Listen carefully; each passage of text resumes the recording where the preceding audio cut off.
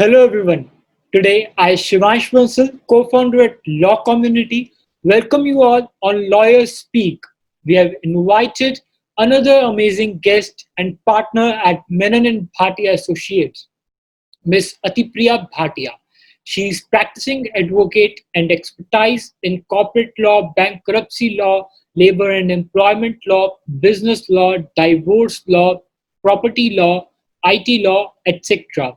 We welcome ma'am on this platform and will interact with her to know more about her journey. So, my first question is, how did you make up your mind for pursuing career in law, and whether there was any planning involved by taking that step?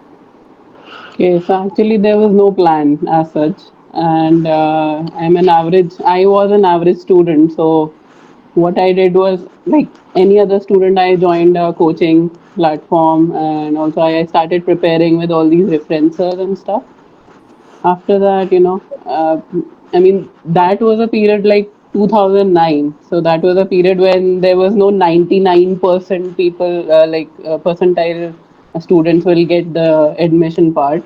We had that gap of, entrance exam and aspirants. So I just gave many entrances, and out of like 7 to 8, I got into 2 or 3. And after that, I just wanted to be comfortable with the university that I was going to, so I just chose Jamia. How crucial are the technically inclined co-curricular activities like moot courts, memorial writing competitions, in forming a mindset of a law student for the real courts? Okay, in popular opinion, actually, these co-curricular activities are like sports for the nerds. Okay, you cannot ignore that. You cannot ignore these activities because they apart from opening your mind and giving you expansive amount of knowledge, they give you a platform, they give you networking. I mean, which is very vital for you to in the future, if you pursue litigation or some interactive platform like activism, law activism or something like that. So in my opinion, it's very important. But apart from that, yes, I mean, they're also, they kind of balance with the not so interesting classroom platform that we have in universities. So my next question is, new amendment in Companies Act aim towards decriminalization of activity, that is reducing the punishment. Does it not encourage businesses to commit more defaults or violate laws? So actually, what has happened is that since last 6 years, if you see, since Companies Act came into being, the government is trying to make it easy for all type of businesses. Okay, and so they have come up with this one person company also. They have come for independent directors and their liabilities also. Okay, so they have been doing this from last like past 6 years. Last around March 17, 2020, they were coming up with this company's amendment bill 2020. That was actually passed in Lok Sabha, but after that, the parliament was adjourned sine die. Okay, so after that there was no policy making. But what they are doing is that right now, during this outbreak, businesses are incurring a lot of problems related to finance, problems related to compliances that needs to be done.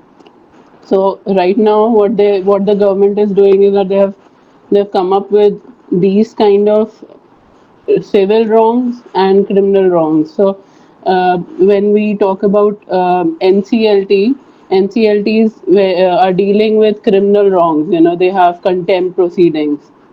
Okay, so what they're doing is they're defining particular type of companies and their procedures in this IBC format, and then they're easing off smaller businesses, MSMEs, and all, and they're filing their compliances so that we don't need to punish people for non-compliances, right? So they are just trying to decriminalize that aspect of Companies Act. So, as you mentioned, new and small businesses suffer from compliance and Companies Act provisions, right? So, how can it be simplified? There is a similar platform coming up for MSMEs, micro, small, and medium enterprises.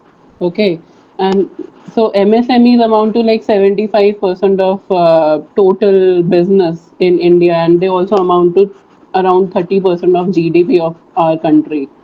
And these are basically organized sectors, unorganized sectors. Okay, so when so I totally understand being unorganized and the way they are to be governed. It is a difficult thing to control and regulate it, in the sense that uh, there may be some accounting issues, there may be some compliance issues, there may be some registration since IPR has also come into being. So what is actually happening is that uh, the government is trying to regulate the bigger companies by way of Companies Act, and they're also trying to involve MSMEs by way of Udyam schemes. They've just come into being. Like they are actually on their way to simplify things. For example, they have this Udyog Aadhaar memorandum. Previously, they had this Udyog Aadhaar memorandum where you can get easier loans, you can get like easier. It's kind of a easier identification of your business into a particular category as per your turnover and everything, so that you get better schemes from the government, you get better accommodation, you get better tenders. So that's how the government is trying. But when it comes to Companies Act is just one aspect. Not all type of businesses are companies. There may be partnerships, there may be some kind of enterprises, sole proprietorship. So the government is trying, and right now, yes, out of like during this outbreak, these small businesses are suffering a lot. There's no business, there's no trading. In fact, coming to India, China, the issue that is going on right now. I'm pretty sure you must be aware about this, that like more than half of the business was actually related to Sino-India trade. So these small businesses are going to suffer a lot because of that. I just hope that the government comes up with some schemes to it comes up with some scheme to accommodate small businesses, because if we want to get independent in this business platform, and India wants to do something better. So, you have also worked as course instructor. What significant changes are required in exam and course pattern which can be beneficial for law students? Yeah, so I was for a very brief time. I After I finished my masters, I was teaching in a school, and I was told to teach law to these 11th and like plus one and plus two students. And obviously, as a lawyer, I was also given this opportunity to develop this syllabus, this blueprint, to be taught in that particular school, because I was the first one to do it. So what I did was I tried to make this point that there should be a practical aspect to teaching, because theory is not it is not entirely responsible for a person's growth, a student's growth. What is important is that you need to get these students to visit to uh, courts, to visit to museums, to visit to like to evidence public hearings, which by way of this, like right now what the situation is, I hope that since I read that public hearings are now going to happen in Supreme Court. So I hope that it benefits these students. So, and also there were a lot of aspects. For example, these students, they were not aware about subjects like jurisprudence, which actually they're very boring for law students when they are taught, because they don't have a background, like what is the how law was evolved. And it's a very important subject, but people don't like the students don't understand that. So there was a brief introduction in my course developing venture, where I could actually tell these students that these are some important aspects that you don't have to miss when you go into a law university. So, what is that trait in lawyer which connects him or her to their client? Well, apart from being an extrovert, and you have to, there is no substitute for hard work. There is no substitute. So you have to just make sure that you are outward, you are able to help the person. And what is the most important point is that you have to make sure that you're not giving a wrong advice. Legal advice is something that I give every day, in spite of that person who is seeking a legal advice being my client or not, because this is a social responsibility that I hold as a lawyer. So it happens on the streets, it happens in courts also, and it happens online also, now that everyone is sitting online and trying to connect. So, and it is very important, you have to make sure that the knowledge that you possess is can differentiate between right and wrong, and it can actually it can actually create a path which is accommodating the person that you're giving advice to. So apart from these 2 3 points, I think, other than that, what connects a lawyer is that you have to be humble, you have to be kind, because if you are arrogant, if you are of the sort that you cannot talk to, you cannot talk to general public, it would be very difficult for you to connect to people. And with this comes a lot of pressure to get updated all the time. It is very important to be updated. This is a learning, like forever learning process, it never ends. What is that advice or some suggestion you would like to give to the people who have just started their career in law or to the law students who are still studying?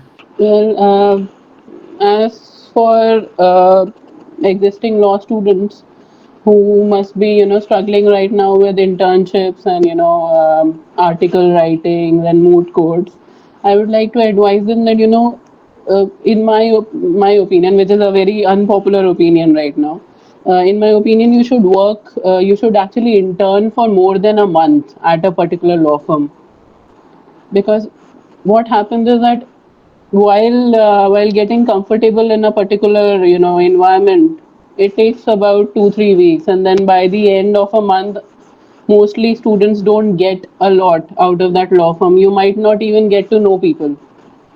And I know that the popular opinion is that 1 month internship phase is like famous in all these mid-size or large-size law firm. But I think for development, for your own development, for your open-mindedness, it is important. Apart from law students who I think the people like the students who have just started, sorry, the lawyers who have just started practicing, I would say that right now is the time to establish yourself. Just find out where you want to go, because ultimately I have found out this principle that you cannot pursue all type of laws. It is not possible. You cannot delve into um, this criminal law with civil law, or commercial law or corporate law with criminal law. So there has to be some kind of interest where you want to involve yourself, because in the long run, that's what is important, your interest, your passion for that particular law. It is obviously possible for me to advise all type of clients, but I would be hesitant, I would be hesitant to advise in all fields of law. So we have to make sure that all the legal advice that we are trying to give to our clients, we have to make sure that we are fully aware about the situation and all the precedents that are now in practice.